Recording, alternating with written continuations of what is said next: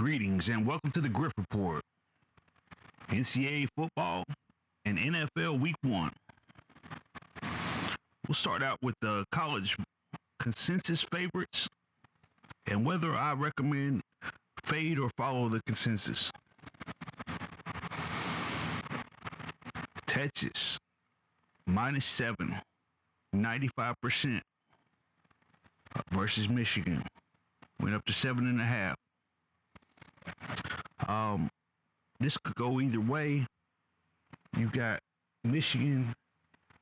I mean, somebody is going to end up performing better than we thought they would. Or Texas is going to win by 10. They could win by 7. They could win by 4. But we'll see where Michigan is this year. There's a lot of unknowns. I mean, everybody's quick to write them off. This is also one of those spots, even though you see 95% on the other side, where it could be the upset the other way. Sometimes I play a game called Popcorn where I take money line underdogs and sit back and have some popcorn and enjoy my Saturday afternoon and wait for upsets to happen. This might be one of those, but my pick is Texas -7.5 right here. Baylor +14 versus Utah. We had 93% of the early opening bet on those Baylor Bears +14. Utah has a superstar quarterback there, so we'll see how that works out. Keep it small play. Baylor +14. Arkansas State versus Tulsa. Arkansas State -7. The early bet was 100%. 84,000 was bet on Arkansas State before anything else was bet on Tulsa.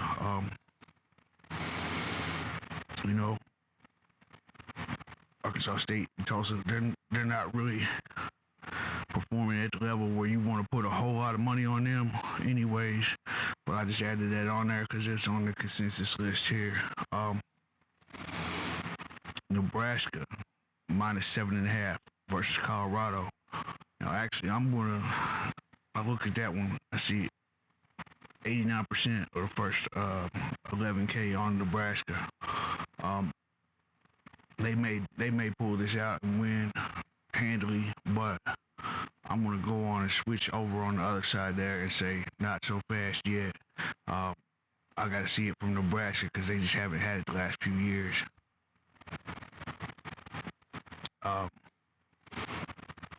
Arizona State -6.5 against Mississippi State. 99% of 16K on the Sun Devils there. I'm going to go on and say Arizona State -6.5 there. It's probably Arizona State money line. Might be a play. Who knows? Now Tennessee, here's a team that is expected to cover as well. Tennessee -7.5 playing NC State. And see 99% of the action coming in early on those Volunteers -7.5. I'm gonna go on and say Tennessee. I like Tennessee -7.5 there. I'll probably put a small play on that. Or I might run these on a teaser. That was really interesting looking at this Iowa State-Iowa game where all the money, the early money poured in all on Iowa State. There's going to be some money back on Iowa. There's got to be. It's a rivalry. It's an even spread game. I'm going to go on. Me personally, I'm going to lay off of it, but my pick is Iowa right there. Just to be contrary to it, but I'm going to lay off of that game. On down the list, 94% of 55,000 consensus was bet on Bowling Green State University versus Penn State. Now, I watched the Penn State and West Virginia game, so Penn State is better, probably better than advertised. I mean, they maybe turned the TV off because I had a small bet on West Virginia and thought they would cover the points, and they didn't. They made me change the channel. Penn State was played that good, so for me, I won't be rolling it with Bowling Green State. I mean, Penn State might put up 50 on them or something. We'll see if Bowling Green State can keep up. Arkansas. Here's probably a good one here. +8, 95% on Arkansas Razorbacks. They're playing Oklahoma State. They're +8 though. Oklahoma State is the ranked program here. That's an interesting place where you see the money going consensus, and you wonder, is that right? I'm gonna go and take Arkansas right there. And California is playing Auburn. Auburn, the big favorite, 13-point favorite. California taking in 90% of the early action right there. So those are the college games that I had selected to talk about there. And Kentucky and South Carolina. I don't want to pick against the Wildcats. So I'm gonna say that's probably. I'm gonna think it's an under, but we'll see about that. I just don't like laying the big number most of the time, but I won't bet against the Wildcats at home there. On to the NFL.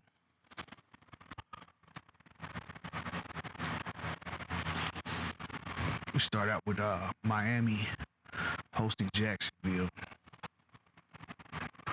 This is a very tough game here. I mean, on the surface, everybody wants to jump and say, Miami should cover that. The Jaguars have the 26th ranked pass defense from last year. Of course, they were on the field a little bit more because their offense wasn't performing as well with Lawrence out part of the year. This team is probably, in my opinion, they're probably the second most likely to win the AFC South behind Houston, I guess. Maybe they should be the favorite. They extended Lawrence and ETN, so when they're healthy, I mean, this team's been a playoff level team. Miami's got Odell Beckham Jr. They add to Waddle and Tyreek Hill for one of the best trios of wide receivers. He's right there with Cincinnati there with three they have there, Higgins and Chase and Boyd. But, pick your poison there, I guess. Miami, they went 27 points per game last year. Jacksonville went 22. The Jags give up around 21, and the Dolphins give up about 23 at home. The Dolphins score about 31 at home. Trying to figure out where you're at on that total there. The Jaguars 23 on the road last year, so that's about where they're going to be at most likely. The last time they played, this game was 23-20. Jacksonville was victorious in that game, so their game is going to be the slowdown game. Obviously, the consensus is all on the Dolphins. 71% -3.5, 90% money line -175. The Jags did beat them last time. The Dolphins continue to improve this year. They're going to dethrone Buffalo in the AFC East, or are the Jets going to do it? We've got to wonder. I mean, the time is now. They've been knocking on the door and unable to get it done late in the season last year.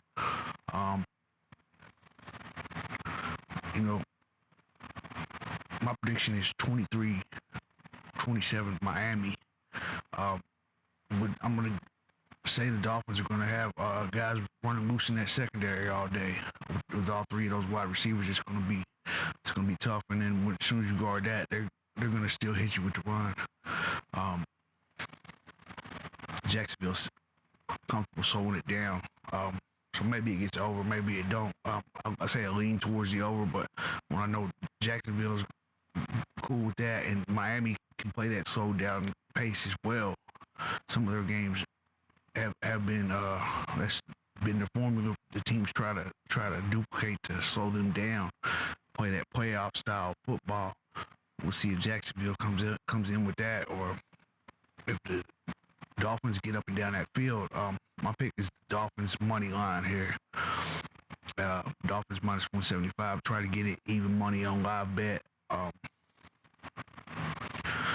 You know, for pick's sake, I'll take the minus 3.5, but not much confidence in laying that 3.5. Is you can get caught by that extra half point real easy. I mean, I'll probably just go on over to the money line myself. Minus 175 on the Dolphins instead of laying the points. Pittsburgh at Atlanta.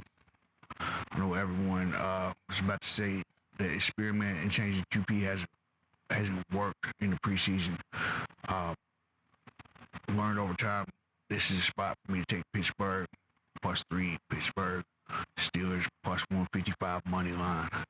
There are no guarantees, but the consensus is for now not in agreement with that thought process. 44% on the Steelers +3, 17% on the Steelers +155. Cousins has seen Pittsburgh twice, 1-1 record. Go back to the way things were, but they aren't no more. Now he's got pretty good receivers down there in Atlanta and playing in that dome. He was on top of the NFC there with passing yards and percentages. Maybe not in the primetime games, but he's been at the top of the league there. Does Wilson still have it? You know, seeing the Falcons might bring it back for him. He's 4-1 for his career versus the Falcons. He had his most success when he had Marshawn Lynch at running back. Steelers have the strong run game that they have to lean on with Najee Harris. So they have to be ready for a balanced attack. Pittsburgh giving up about 20 a game. Falcons give up about 20 a game per game at home last year. I would expect this would be about 2017, 23-20, somewhere in that range. Over under is 42, so 70% are taking the under 42. That's my pick there as well. I've seen the Falcons yet. Haven't seen the Falcons yet, but I know traditionally Steelers have a shot to win this game outright. Even if they don't win, they'll have their chances, I would say. So Steelers +155, Steelers +3, under 42 on that game. On down the line, Vikings versus Giants. Giants +1.5. If you ever wonder what the Giants are going to do without Barkley, well, they have plenty of time over the past few years to experiment around because he's been injured a lot. The time is now for Daniel Jones if he's going to remain the guy in New York. He does have that one playoff win, and it's against the Vikings. Sam Darnold on the other side. He's 2-1 versus the Giants. We've seen him with different teams. This is the best set of receivers Darnold has had. So they come in the slight favorite here. If they're playing in Minnesota, they'd probably be 3.5 point favorites. But they're not. They're playing in New York, and 72% of that consensus is on the New York Giants right now. We really don't know what we're going to see from either one of these teams, but I lean towards the home team as well. At least they're not in limbo. They got to move on from Barkley with the guys they got. It's a new year, another chance to get it done there for Daniel Jones. So I'll take the Giants +1.5 right there.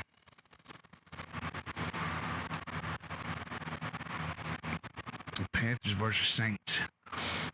Last year both matchups won by the Saints. One would have covered and one was only a 3-point win, so it wouldn't have. The Saints will have everybody healthy, and I mean, they're dangerous when they have everybody healthy. The general public sees Carolina gave up 28 per year 28 per game on the road last year. New Orleans gave up 18 at home. Um, 56% of the consensus is on the Panthers +4. Last September, they hosted the Saints and lost by 3. But in the Superdome, they got demolished. Improvement would be for them to win one of these games versus Saints this year, go 1-1 at least would be the improvement. No idea. My head tells me the Saints should have a better record this year than the Panthers. Would they cover if they win? The odds are probably about 50-50 that the Saints can cover, but this is a good game where Carolina might hang around for a little while. You'll probably be able to get the Saints closer to even money than they are right now. But my prediction is 27-20 Saints. So that would be Saints -205 and Saints -4.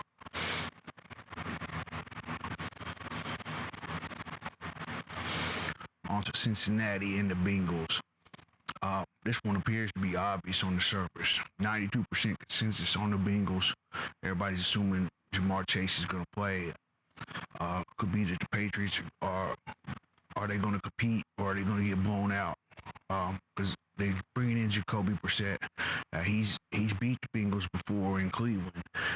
It was a horrible game for Burrow up there on Halloween a couple years ago, and Brissett was at the quarterback for Cleveland, and that they won that game. Came in and Cleveland has a way of doing that to the Bengals here lately because they have really good corners, and the Bengals pass the ball a lot. So tip balls are danger. New England was ninth in pass defense last year. I'm not sure what the Bengals were doing. Is Moss going to be able to step in and be at least where Mixon was? With Mixon's, was pretty productive for the Bengals, and they didn't have when he had P-Ryan the year before. That's when they were at their best. So is this Moss and Brown running attack going to be able to make the defense at least have to guess? I would say the big question for me is how are they going to run the ball, because we know how they're going to throw the ball, especially against this team here. Burrow, last time he faced New England, it was only 22-18, but he threw for 375 yards, 40 passes complete out of 52 tries. The total right now is at 40, so that's where they got that 40 from, I would guess. And you can expect the Patriots to be hanging around this thing here in the fourth quarter, maybe. I think the Bengals find a way to win this thing here. 92% on the Bengals -8. That's my pick against the spread. My other pick is Bengals -400, just because that's where, if it's a close game, you're gonna want to get that money line on live bet. Get it closer to even money as you can, and that might be one. Win or lose, they sometimes the best games on paper sometimes lose, but that's one you might consider loading up on it, and it win or it loses. But once you put that bet in, it's in. On down the line, the Raiders versus the Chargers, the Harbaugh era. I'm a Raiders fan, and the last time these two teams played, it was a 42-point win for the Raiders. Haven't seen that one before. That looked like somebody on Madden or something. But I think over the course of the season, the Chargers are due to be the second best in the AFC West, right behind the Chiefs. Seeking payback from that big loss. This is the best quarterback Harbaugh's ever coached, I would say. Even though I'm a Raiders fan, my pick is the Chargers here, -160 money line. All right, one last one. I wish I had time to do them all, but I'm in college myself, so I got a lot of work to do this week. This is the last one for the Griff Report here. The Browns versus the Cowboys. You know, the Browns bring in that #1 passing defense. They come out hot last year against the Bengals on week 1, but prior to that, they hadn't really been winning on week 1 for recent history. We'll see how they come out here week 1. The Cowboys, I mean, who's going to run the ball for them? I mean, those changes there, everybody's talking about they got the receiver side. They do, but now are they going to have to pass the ball the rest of the way? That's the way that's going to have to go. Right now, the consensus on that is Dallas is the consensus.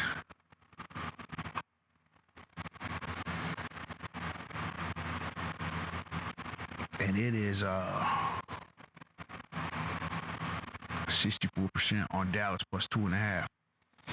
I'm actually gonna go the other way there. I'm gonna take the Browns on the money line. I know that's a rough game. It could be potentially a rough game there. We'll see how Dallas comes out. You know, they got a lot to prove after last year. On the money line, 66% is going down on the Browns, minus 142. So that'll be all for the Griff Report here. If you guys want to check out the website, www.griff-report.com. As always, best of luck and enjoy your weekend.